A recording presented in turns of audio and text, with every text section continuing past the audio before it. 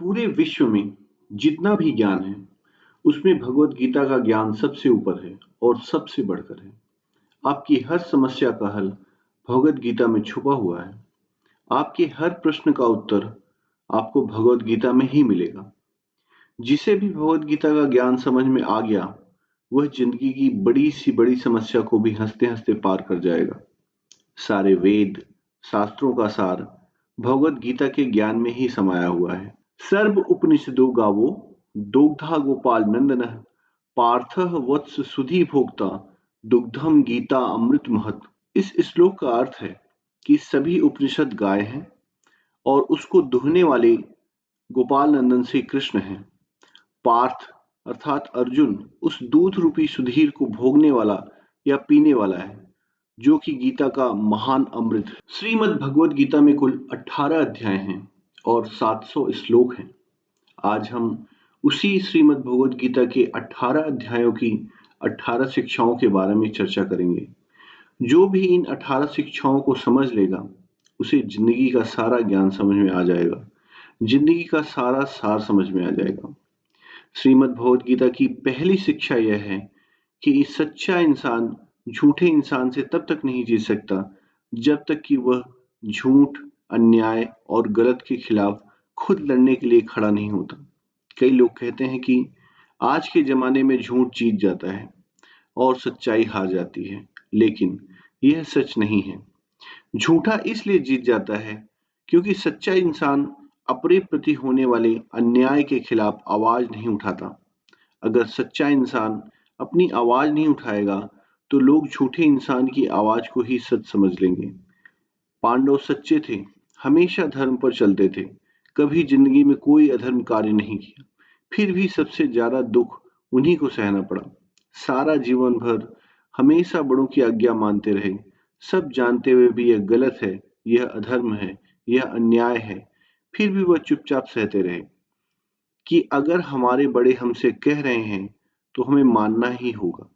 बचपन से लेकर हमेशा अधर्म और अन्याय का ही सामना करना पड़ा, जबकि उन्होंने कभी कुछ गलत काम नहीं किया। हमेशा सच के रास्ते पर चले, लेकिन फिर भी बदले में उन्हें सिर्फ दुख ही मिला, तकलीफ ही मिली। उसका कारण यह था, वे अपने प्रति होने वाले अन्याय को, अधर्म को हमेशा चुपचाप सह लेते थे। लेकिन सहते सहते एक दिन जिंदगी में ऐसा आया, उन्हें उस अधर्म के खिलाफ आखिर में खुद खड़ा होना ही पड़ा। उस अन्याय के खिलाफ लड़ना ही पड़ा, हथियार उठाने ही पड़े। अगर वो उस अन्याय के खिलाफ, अधर्म के खिलाफ लड़ते नहीं, तो शायद उन्हें कभी न्याय नहीं मिल। दुर्योधन दुनिया को यह बता देता कि पांडव ही अधर्मी और वही सच्चा धर्मात्मा है।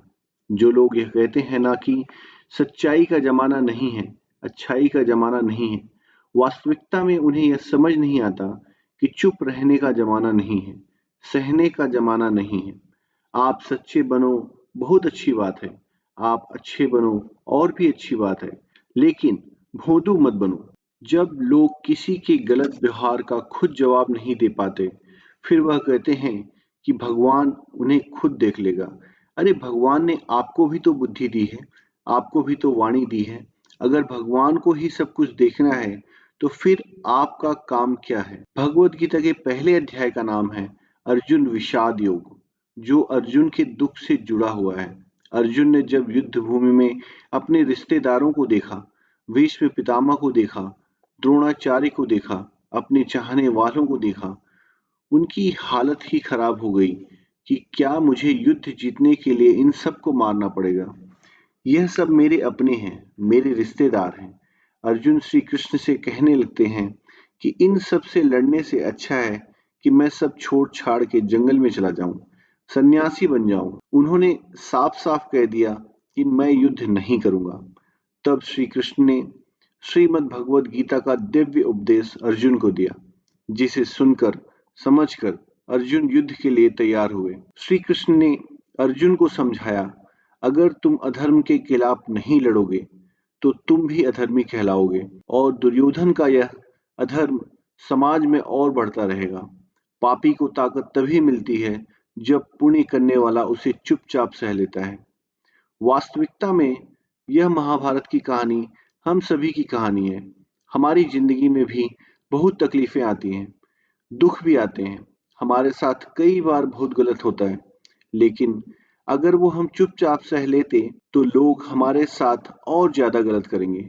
चाहे कोई भी तकलीफ आ जाए, कोई भी दुख आ जाए, उसके खिलाफ लड़ना हमें खुद ही पड़ेगा। अगर दुख आपका है, तो दुख को दूर करने के लिए लड़ना भी आपको ही होगा। अगर कोई आपके साथ गलत कर रहा है, तो उसके खिलाफ आवाज भी आपको ही उठानी पड़ेगी। यह दुनिया भी कमजोर का साथ नहीं देती।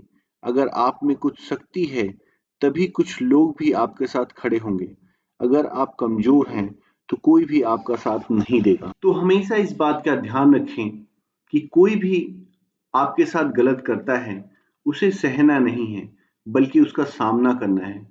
अगर कोई दुख आया है, तो उससे डरना नहीं है, बल्कि उसका सामना करके हमें जिंदगी में आगे बढ़ना है। श्रीमद् भगवद गीता की दूसरी शिक्षा यह है कि आप जिसमें जितना ज्यादा अपनापन और मोह रखेंगे, वही इंसान आपको सबसे ज्यादा रुलाएगा। वास्तविकता में जो श्री कृष्ण ने गीता का ज्ञान आरंभ किया, उसका असली कारण था अर्जुन का मोह। अर्जुन जैसा वीर और बहादुर योद्धा अपने मोह के कारण कमजोर पड़ गया था, अपने आप से ही हारने लगा। पांडवों ने जिंदगी भर दुख ही दुख सहा। उसका एक यह भी बड़ा कारण था, उन्हें अपने स्वजनों में बहुत मोह था, अपने परिवार में बहुत अपनापन था। उन्हें किसी और बाहर वालों ने दुख नहीं दिया था, उन्हें अपनों ने ही रुलाया था। उन्हें अपनों ने ही दर दर की भीख मांगने के लिए मजबूर कर दिया था। अगर आप अपनी जिंदगी की तरफ गौर करेंगे, तो आपका यह अपनापन, आपका यह मोह आपको खुशी नहीं देता, बल्कि जिंदगी भर आपको रुलाता रहता है, आपको दुख देता रहता है। हमारे दुख सुख का कारण हमारे मन का मोह है। सारी दुनिया में लोगों के साथ कितने भी हादसे होते रहते हैं, लेकिन हमें कुछ खास फर्क नहीं पड़ता। जैसे ही हमें कोई खबर सुनाई पड़ती है कि यहाँ पे तूफान आ गया, वहां पे आंधी आ गई, कई लोग मर गए हैं, बस 2 मिनट के लिए लगता है, फिर किसी को याद भी नहीं रहता कि क्या हुआ। लेकिन जिसे हम अपना मानते हैं, उसे जरा सी भी चोट आ जाए, अगर उसे कुछ हो जाए, तो दिल को बहुत तकलीफ होती है। दुनिया के व्यवहार का हमें इतना दुख नहीं होता, जो अपनों के गलत व्यवहार का दुख हमें होता है। दुनिया की बातें हमें इतनी चोट नहीं पहुंचाती, जितना अपनों की बातें चोट पहुंचाती हैं। याद रखना, जिससे भी आप जितना गहरा जुड़े होंगे, उतना ही ज्यादा आपको दुख भी झेलना पड़ेगा, और इस दुख से आप भाग नहीं सकते। अगर आप मोह माया के जाल में फंसे हुए हैं, तो अक्सर उस इंसान को रोते हुए देखोगे, जिसने किसी से बहुत ज्यादा मोह और अपनापन किया है। माँ बाप को देखो, जो बच्चों की वजह से रोते हैं। इतनी दुआएं रख के बच्चों को पैदा किया, जिंदगी भर बच्चों का पालन करने के लिए ना जाने कितनी कुर्बानियां दी हैं, कितने बलिदान किए हैं। लेकिन वही बच्चे आज हमें खून की आंसू रुलाते हैं, क्योंकि अपने हैं ना, और अपना ही सबसे ज्यादा रुलाता है। प्रेमी प्रेम की वजह से रोते हैं कि इतना प्रेम किया और बदले में मुझे छल मिला, इतना प्रेम किया और बदले में मुझे पीड़ा मिली। अगर आप किसी से बहुत ज्यादा दिल लगा लोगे, बहुत ज्यादा आप उसके करीब रहोगे, तो अंत में दुख को आना ही पड़ेगा। सच तो यह है, जिसे अपनी जिंदगी में सबसे ज्यादा आप खास मानते हैं, सबसे तेज थप्पड़ आपको वहीं से पड़ता है। कई लोग कहते हैं, मुझे ऐसे इंसान ने धोखा दिया जिससे मुझे ऐसी कोई उम्मीद नहीं थी। अब धोखा मिलता क्यों है? क्योंकि आप किसी इंसान को अपनी जिंदगी में वो जगह दे देते हैं जिसके लायक वो कभी होता ही नहीं। आप किसी पर इतना ज्यादा भरोसा कर लेते हैं जिसके लायक वह होता ही नहीं है। यह गलती सिर्फ उसकी नहीं, आपकी भी है, कि आपको किसी से इस कदर जुड़ना ही नहीं चाहिए कि आपको आगे चलकर दर्द सहना पड़े, तकलीफ सहनी पड़े। इसलिए संसार में किसी में भी सुख की वजह मत ढूंढो। अगर आप किसी को अपने सुख का कारण बनाओगे, तो वह हमेशा आपको दुख ही देगा। श्रीमद् भगवद गीता की तीसरी शिक्षा यह है कि जिंदगी में कभी भी इतना सहना नहीं चाहिए कि सामने वाला आपको कमजोर समझ ले। और आपकी कमजोरी का फायदा उठाकर आपको बार बार चोट पहुंचाता रहे। माना कि मूर्खों से बहस करना अच्छा नहीं, हर किसी को जवाब देना अच्छा नहीं, लेकिन हर जगह पर चुप रहना भी आपको जिंदगी में बहुत तकलीफ दे सकता है। चुप सिर्फ इतना रहना चाहिए कि आप वीर दिखो, इतना नहीं कि लोग आपको कमजोर समझने लगे। श्रीमद् भगवद गीता की चौथी शिक्षा यह है कि जो लोग छोटी छोटी बातों पर बहुत जल्दी क्रोध में आ जाते हैं, उनका वह क्रोध आखिर में उनको ही बर्बाद कर देता है। जो लोग जल्दी गुस्से में आते हैं, सबसे पहले तो उन्हें अपने रिश्तों में कभी सच्चाई नहीं मिलेगी। सब ऐसे लोगों से डरते रहते हैं कि ना जाने उसको किस बात पे गुस्सा आ जाए। ऐसे ही लोगों के बारे में हम सुनते हैं कि अचानक से हार्ट अटैक आ गया, ब्लड प्रेशर हाई हो गया। ऐसे लोगों की जिंदगी ही छोटी हो जाती है। ऐसे लोगों को दुनिया में मेंटली अनस्टेबल समझती हैं, शॉर्ट टाइम पर समझती हैं कि पता नहीं इसको कब क्या हो जाए। इसे कुछ ना ही बोलो तो अच्छा है। जैसे हर जगह पर चुप रहना ठीक नहीं, वैसे हर बात पे गुस्सा करना भी ठीक नहीं है। कहाँ चुप रहना है, कहाँ बोलना है, इन सब बातों का ज्ञान, इन सब बातों का विवेक श्रीमद् भगवद गीता में बताया गया है। श्रीमद् भगवद गीता का 5वां उपदेश यह है, किसी भी चीज का अत्यधिक सेवन नहीं करना चाहिए। किसी भी चीज का इतना भी उपयोग मत करें कि आपको उसकी आदत लग जाए, आप उसके बिना रह न पाए। चाहे वो नशा हो, जुआ हो, ज्यादा खाने की आदत हो, ज्यादा सोने की आदत हो, या सारा समय पलंग पर पड़े रहने की आदत हो, या बहुत ज्यादा मोबाइल चलाने की आदत हो, या दिन भर टीवी देखने की आदत हो। यह आदत है ना, आपको एक दिन गुमनाम दुनिया में ढकेल देती है, जहां सिर्फ आप अकेले ही होते हैं। आप गौर करना, जिस इंसान को भी किसी चीज से बहुत ज्यादा आदत लग जाती है, वह अपने में ही खोया रहता है। कई लोग मोबाइल में इतने डूबे रहते हैं, उन्हें होश ही नहीं रहता कि बाहर की दुनिया में क्या हो रहा है, मेरे आसपास क्या हो रहा है। किसी चीज का उपयोग करने में और किसी चीज की आदत लग जाने में बहुत अंतर होता है। और यही विवेक आपको जिंदगी में रखना है कि मोबाइल फोन का आविष्कार इसलिए नहीं हुआ था सके, लेकिन आप अपना सारा समय ही मोबाइल में लगा देंगे तो जिंदगी के जरूरी काम आप कब करेंगे। और यह बात सिर्फ मोबाइल की नहीं है, आदत चाहे किसी भी चीज की हो, चाहे आप किसी इंसान की आदत लगा लो, अगर वह इंसान आपसे दूर हो जाएगा तो भी आपको हमेशा दुखी रहना पड़ेगा। इसलिए अपने मन को किसी भी चीज की आदत ना लगने दें। आदत का मतलब यही होता है कि आप उस चीज के, उस इंसान के गुलाम बन गए हैं। आप उसको अपने वश में नहीं कर सकते। वह मालिक बन गया है और आप उसके नौकर बन गए हैं। लोगों को नशे की ऐसी लत लग जाती है कि उसके बिना वो नहीं रह पाते। आप अपने मन को ऐसा बनाओ कि उसे किसी की भी आदत ना लगे और आप अपने मन को खुद संभाल सकें। श्रीमद् भगवद गीता की छठी शिक्षा यह है कि जिंदगी में जब भी कोई मुश्किल आए या कोई भी आपका साथ ना दे, आप अकेले पड़ जाओ, तो ऐसे मुश्किल वक्त में ईश्वर से प्रार्थना जरूर करनी चाहिए। श्री कृष्ण ने अर्जुन से कहा, तेषाम अभियुक्त नाम योग क्षेमम। वहां में हर वो इंसान जो मुझ पे निर्भर हो जाता है, उसकी हर जरूरत मैं पूरी करता हूँ। उसकी हर तकलीफ को दूर करने के लिए मैं उसकी मदद करता हूँ। कई लोगों को यह प्रार्थना सब बातें बेबुनियाद लगती हैं। इसका कोई अर्थ उन्हें समझ नहीं आता, और जो लोग मुश्किल वक्त में प्रार्थना करते हैं, उन्हें इसका मतलब पता होता है।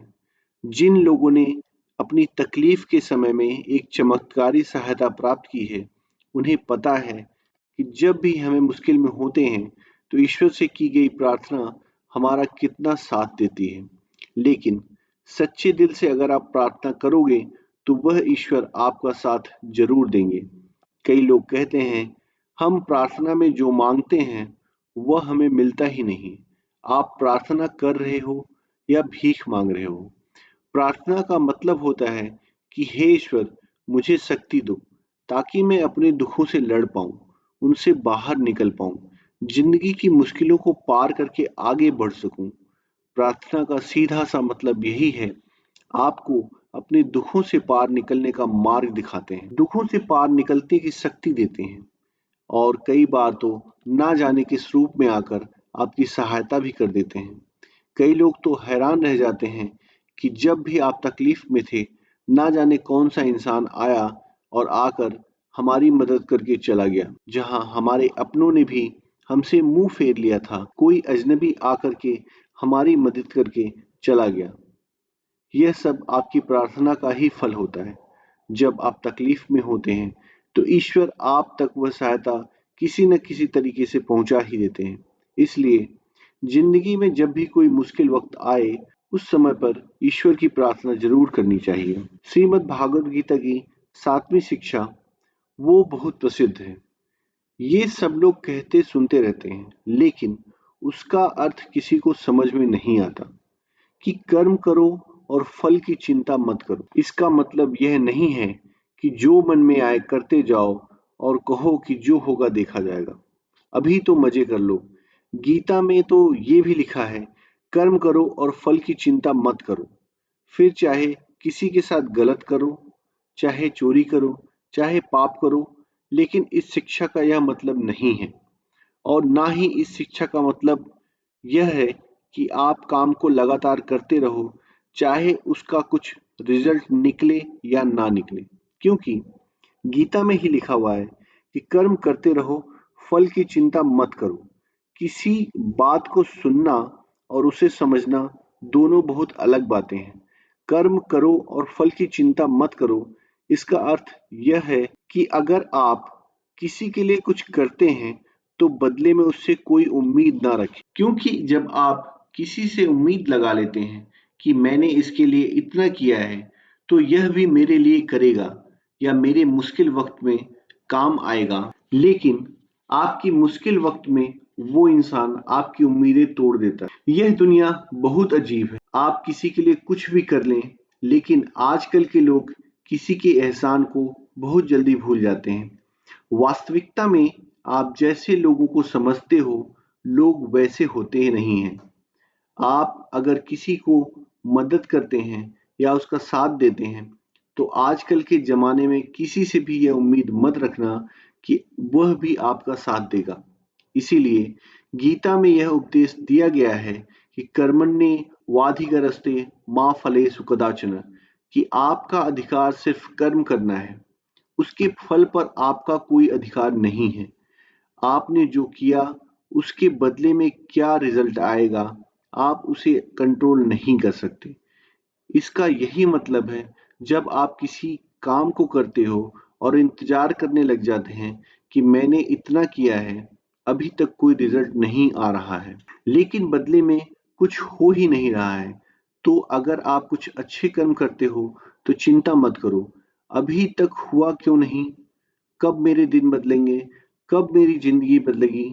अगर इस चिंता में आप डूब जाओगे तो आपके कर्म का कोई अर्थ ही नहीं रह जाता है। लेकिन अगर आप अच्छे कर्म करते रहोगे तो उसका फल आपको एक न एक दिन जरूर मिलेगा।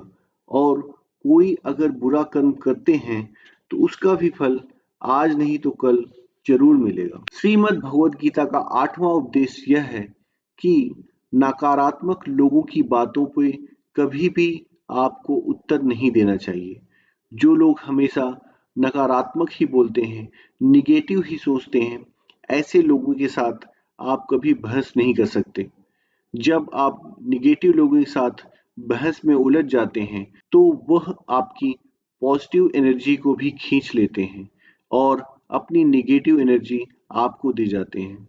आप महसूस करना, किसी भी नेगेटिव इंसान से बहस करने के बाद आपका मन बहुत भारी हो जाएगा। आप खुद को दुखी और परेशान महसूस करेंगे, क्योंकि आपकी पॉजिटिव एनर्जी वो लेके चला गया और अपनी नेगेटिव एनर्जी वह आपको देके चला गया। तो जो इंसान हमेशा सबके लिए बुरा ही बोलता है, हमेशा सबके लिए बुरा ही सोचता है, ऐसे लोगों को पागल समझ के उन्हें छोड़ देना चाहिए। ऐसे लोगों से बहस करके आपको सिर्फ तकलीफ ही मिलेगी और कुछ नहीं मिलेगा। श्रीमद् भगवद गीता का 9वां उपदेश है कि जिंदगी में कभी किसी के भरोसे मत बैठो कि यह मेरे काम आएगा या बुरे वक्त में मेरा साथ देगा, यह मुश्किल समय में मुझे संभाल लेगा। जो लोग किसी के आसरे बैठे रहते हैं ना, वह मुश्किल समय में हमेशा अकेले हो जाते हैं। इस दुनिया में कोई किसी का सगा नहीं है। हम रोज लोगों की कहानियां सुनते हैं कि अपने ही अपनों को चोट पहुंचा रहे हैं, मुश्किल वक्त में अपने ही अपनों का साथ छोड़ के चले जाते हैं। तो भी अगर आपकी आंखें नहीं खुलती, आपको समझ नहीं आता, तो आप भी उसी दुख के रास्ते पे जा रहे हैं जहां सारी दुनिया जा रही है। लोग ना कभी किसी का सहारा बनते हैं, ना बन सकते हैं। आपका सहारा या तो आप स्वयं हैं या ईश्वर हैं। इसलिए अपने अलावा कभी भी किसी को अपना सहारा समझकर नहीं बैठना चाहिए। श्रीमद् भगवद गीता का 10वां उपदेश यह है कि सुख और आनंद इंसान के अंदर ही है, लेकिन इंसान उसे बाहर की दुनिया में ढूंढता रहता है, उसके लिए भटकता रहता है। कहते हैं ना कि हिरण की नाभि में कस्तूरी होती है, जिससे बहुत सुंदर सुगंध निकलती है, और उसे समझ नहीं आता कि यह खुशबू कहाँ से आ रही है। वह पूरे जंगल में भटकता रहता है, ढूंढता रहता है कि खुशबू कहाँ से आ रही है, लेकिन उसे वह खुशबू कहीं बाहर नहीं मिलती, क्योंकि वो बाहर है ही नहीं, जो उसके अंदर ही है। जैसे कि कुत्ता हड्डी को चबाता रहता है और हड्डी को लगातार चबाने से उसके दांतों से खून निकलने लगता है, और उसे लगता है कि यह खून का स्वाद उस हड्डी से आ रहा है, लेकिन वह खून उसका खुद का ही होता है। ऐसे ही आप सुखी होते हैं तो वह सुख आपके अंदर से ही आता है। जब आप दुखी होते हैं तो वह दुख भी आपके अंदर से ही आता है। बाहर की चीजें बदलती रहती हैं, लेकिन सुख और दुख आपके भीतर की चीज है, बाहर की चीज नहीं है। अगर आप इस बात को समझ गए कि आपका सुख आपके अंदर ही छुपा हुआ है, तो आप उस सुख के लिए बाहर भटकना छोड़ देंगे। गीता का 11वां उपदेश यह है, जैसे जैसे इंसान की उम्र बढ़ती है, उसे इस बात का एहसास हो जाता है कि जिन लोगों को उसने अपनी जिंदगी में सबसे ज्यादा महत्व दिया, उन लोगों का उसकी जिंदगी में कोई योगदान ही नहीं था। आप जिन लोगों को आप जिन लोगों को सबसे ज्यादा इम्पोर्टेंस देते हैं, बहुत वैल्यू देते हैं, उन्हें कोई खास फर्क नहीं पड़ता कि आपकी लाइफ में क्या हो रहा है या आप किस दौर से गुजर रहे हैं, किस तकलीफ से गुजर रहे हैं। इसलिए अपनी लाइफ में लोगों को ओवर वैल्यू करना छोड़ दें, लोगों को बहुत ज्यादा इम्पोर्टेंस देना छोड़ दें। हाँ, इज्जत सबको देनी चाहिए, लेकिन लोगों को अपनी जिंदगी में बहुत ज्यादा स्पेशल बना के रखना आज नहीं तो कल आपको तकलीफ जरूर देगा। श्रीमद् भागवत गीता का 12वां उपदेश है, जो लोग अपने मन को कंट्रोल नहीं कर पाते, उनका मन उनका ही दुश्मन हो जाता है। जिस इंसान का मन उसके वश में नहीं है, वह जिंदगी के हर जगह पर ठोकर खाता है, हर जगह पर तकलीफों का सामना करना पड़ता है। अगर आप अपने मन के कहने पर चलते रहेंगे, तो आपका मन आपसे आपका सब कुछ छीन लेगा। एक राजा था जिसे सारी दुनिया जगजीत बुलाती थी, क्योंकि उसने पूरी दुनिया जीत ली थी, लेकिन उसकी माँ कभी उसे जगजीत के नाम से नहीं बुलाती थी। उसने अपनी माँ से पूछा कि पूरी दुनिया मुझे जगजीत के नाम से बुलाती है, लेकिन आप कभी भी मुझे उस नाम से नहीं बुलाते हैं। तो उसकी माँ ने कहा, चाहे तूने पूरी दुनिया जीत ली, लेकिन तूने अपने मन को नहीं जीता, और जिस इंसान ने अपने मन को नहीं जीता, मेरी नजर में वह इंसान हारा हुआ ही है। असली जगजीत में तुम्हें तब मानूंगी जब तुम अपने मन को जीत जाओगे। दुनिया से जीतना तो बहुत आसान है, लेकिन इंसान अपने मन से हार जाता है, अपने मन को ही नहीं संभाल पाता है, और जो इंसान अपने मन से जीत गया, पूरी दुनिया जीत ली। श्रीमद् भगवद गीता का 13वां उपदेश यह है कि दुख और सुख जीवन में मौसम की तरह आते हैं और आते रहेंगे। ना सुख हमेशा रहने वाला है और ना ही दुख हमेशा रहने वाला है। इसलिए दुख आए तो उससे घबराना नहीं है, और सुख आए तो उस सुख को खुद की आदत नहीं लगानी चाहिए। यह जीवन परिवर्तनशील है। यहाँ सब कुछ बदलने वाला है, इसलिए चिंता मत करो। अगर कोई दुख भी है, यह भी एक दिन बदल जाएगा। श्रीमद् भगवद गीता का 14वां उपदेश यह है, जो होना है वह होकर ही रहेगा और जो नहीं होने वाला वो कभी नहीं होगा। जो लोग इस बात को समझ जाते हैं, उन्हें कोई चिंता नहीं रहती, क्योंकि जो होने वाला है उसे आप रोक नहीं सकते और जो नहीं होगा उसकी चिंता करने की कोई जरूरत नहीं है, उससे डरने की कोई जरूरत नहीं है। इसलिए सिर्फ अपने लक्ष्य पे ध्यान दें, अपने जीवन का आनंद लें। क्या होगा, क्या नहीं होगा, इस बात की चिंता करना छोड़ दें। जो चीज आपके बस में नहीं है, उसकी चिंता करके आप कभी सुखी नहीं रह सकते। श्रीमद् भगवद गीता का 15वां उपदेश यह है कि अच्छे कर्म करने के बाद भी लोग आपकी बुराइयां ही याद रखेंगे। आजकल लोगों को किसी की अच्छाई दिखती ही नहीं है। यह दुनिया बुराइयां देखने में माहिर है। इसीलिए लोग क्या कहते हैं इस पे ध्यान मत दो। आप सिर्फ अपने कर्म करते रहो। दुनिया को देख करके अपने फैसलों को मत बदलो, या दुनिया को देख करके अपने फैसले कभी नहीं लेने चाहिए, बल्कि आप वह करो जो आपको सही लगता है। लोगों को क्या सही लगता है, उससे आपका कोई लेना देना नहीं होगा। लोग क्या कहेंगे, उससे परे आपकी कोई जिम्मेदारी नहीं है। आपके लिए क्या सही है, सिर्फ आप उस बात पे ध्यान देना सीखें। श्रीमद् भगवद गीता का 16वां उपदेश यह है कि अपने आप को ईश्वर को समर्पित कर दो, क्योंकि वह ईश्वर ही सबसे बड़ा सहारा है। जो कोई भी उस सहारे को पहचान लेता है, वह अपने हर डर, हर चिंता, हर दुख से आजाद हो जाता है। श्री कृष्ण ने अर्जुन से कहा, अर्जुन, तू सब कुछ छोड़कर मेरे पास आ जा।